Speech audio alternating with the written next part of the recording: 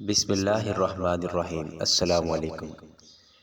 ایک عیسائی نے عید الفطر جوش و جذبے سے منائی، ایک ہندو نے عید الاضحیٰ پہ بکرا قربان کیا، ایک یہودی نے رمضان کا روزہ رکھا۔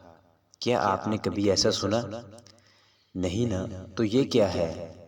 مسلمانوں نے ویلنٹائن ڈے جوش سے منایا، نیا سال منایا، اپریل فول منایا، بسنت منائی، یہ راکھی باندھنے کی تقریب۔ کتنے شرم کی بات ہے۔ پھر ہم اللہ سے شکوہ کرتے ہیں کہ زلزلے اور سیلاب ہم پہ کیوں آتے ہیں؟ کیا ہم مسلمان ہیں؟